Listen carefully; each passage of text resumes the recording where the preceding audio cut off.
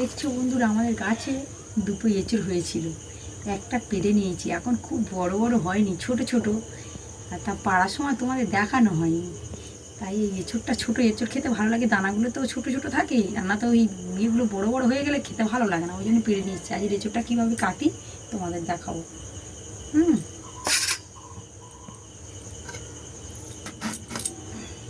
দেখছো একদম সম্পূর্ণ করছি, কি সুন্দর লাগছে দেখো। এবার হাতে তেল মেখে নেবো, এইটা না তো আটাগুলো জড়িয়ে ধরবে। সর্ষের তেল হাতে একটু নিয়ে নিলাম, জড়িয়ে নিয়ে না নিয়ে এবার এরকম ধরলাম। এবার এটাকে এমনি করে বাদিয়ে বাদিয়ে ছাড়িয়ে নেব। এটা কাটার সমস্যা কিছু।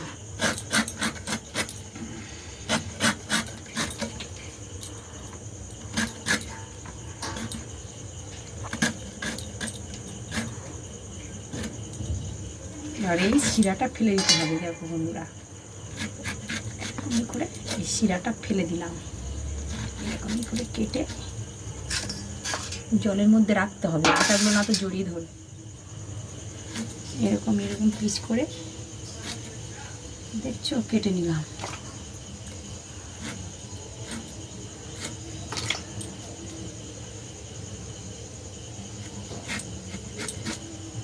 শক্ত অংশটা ফেলে দিতে হয়।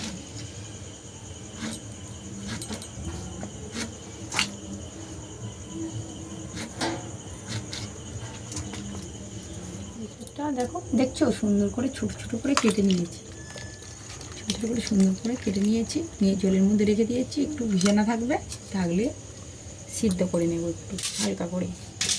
দেখো, এঁচড় রান্নার জন্য আলু, টমেটো, রসুন, পেঁয়াজ, আদা, এবার এগুলো সুন্দর করে কেটে নেব। এবার আলুগুলো সুন্দর করে ছাড়িয়ে নেব, নিয়ে পিস পিস করে কেটে নেব।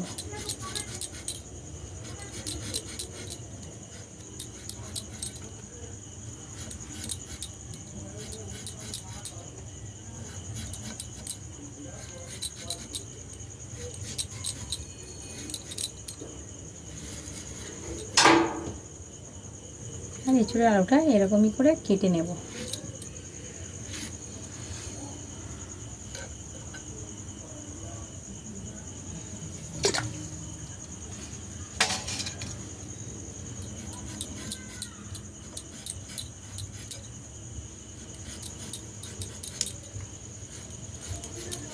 কেটে নেব টমেটো, পেঁয়াজ, টমেটো কাটা হয়ে গেছে। পেঁয়াজটা কেটে নেব ছোটো ছোটো করে সুন্দর করে।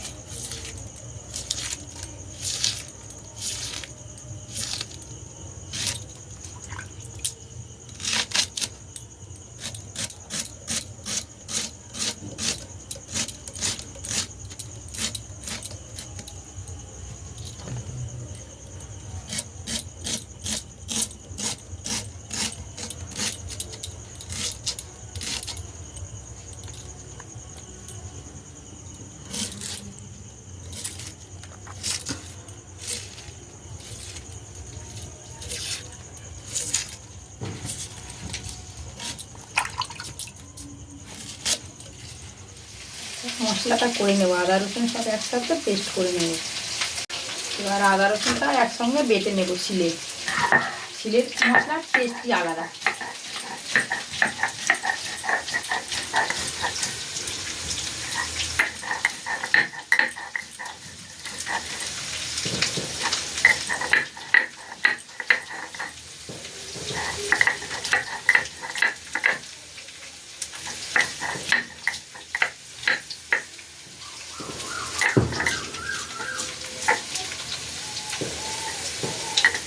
কড়াই গরম হয়ে গেছে, সর্ষের তেল দিয়ে দেবো আলু ভাজার জন্য পরিমাণ। দুটো তেজপাতা দিয়ে দিলাম, তার মধ্যে আলুগুলো এবার ছেড়ে দেবো।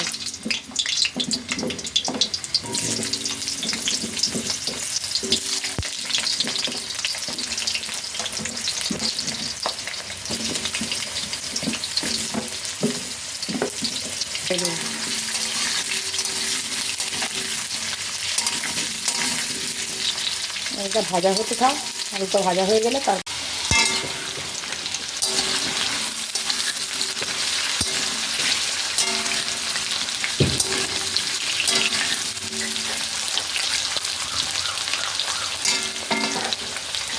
দেখো আলুটা ভাজা হয়ে গেছে পুরো, আর টমেটোগুলো দিয়ে দেবো, এর মধ্যে পেঁয়াজগুলোও দিয়ে দেবো।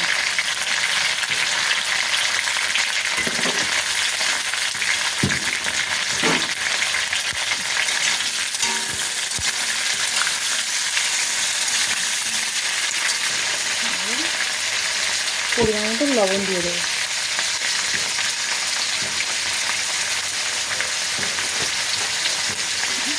বাদ বাকি মশলাটা তারপরে দেবো। এবারে আদা রসুন বাটাটা দিয়ে দেবো।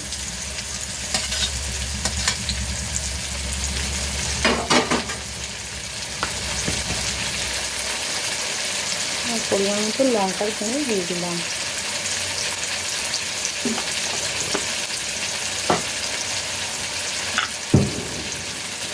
হলুদ গুঁড়ো দিয়ে দিলাম।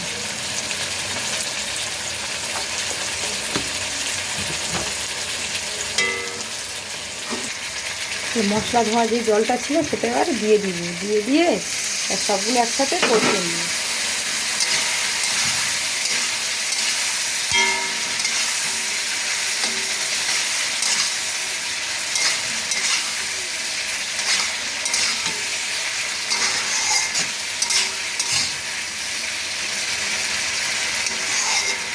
আগে থেকে ভেজে রাখা চিংড়ি মাছগুলো এবারে দিয়ে দেবো। দেখছি মশলার থেকে তেল ছেড়ে দিয়েছে সুন্দর করে, এখন চিংড়ি মাছ ভাজাগুলো দিয়ে দিয়েছি।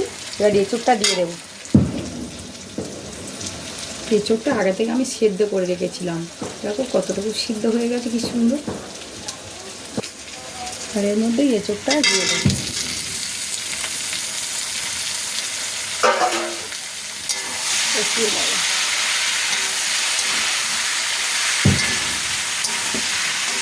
এবারে দিয়ে দেবো জল পরিমাণ মতো।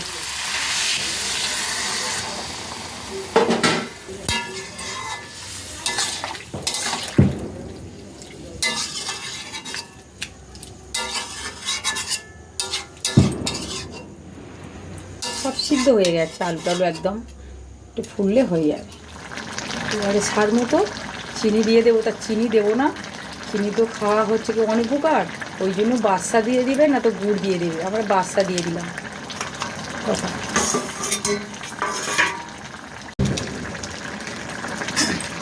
তরকারি ঝোল একদম কমে এসছে, মরে এসছে, এরকমই করে। একটু হালকা হালকা রস রস না থাকলে তো ভালো লাগবে না। আর একটু বাটা গরম মশলা দিলে ভালো হয়, বাটতে আর পারলাম না, ওই জন্য গুঁড়ো দিয়ে দিচ্ছি। একটু ফুটে গেলে নামিয়ে নেব। কদিন তখন ভিডিও করতে সময় পাচ্ছিলাম না, ঘরের কাজ হচ্ছে, লোকজন হচ্ছে, তো ওই জন্য একদম সময় পাই না, ওই জন্য কদিন ভিডিও একদম করছি না। আজকে এই রাতে একটু সময় পেয়েছি, একটু ভিডিও করে খালি দেখাই। দেখো কত সুন্দর হয়েছে তরকারিটা, দেখো কত সুন্দর কালার হয়েছে, কত সুন্দর খেতে হয়েছে। এরকম যদি আপনারা বাড়িতে এরকম করে বানিয়ে তবু একবার খেয়ে দেখবেন। আমার চ্যানেলে যদি নতুন হয়ে থাকে চ্যানেলটা সাবস্ক্রাইব করবেন,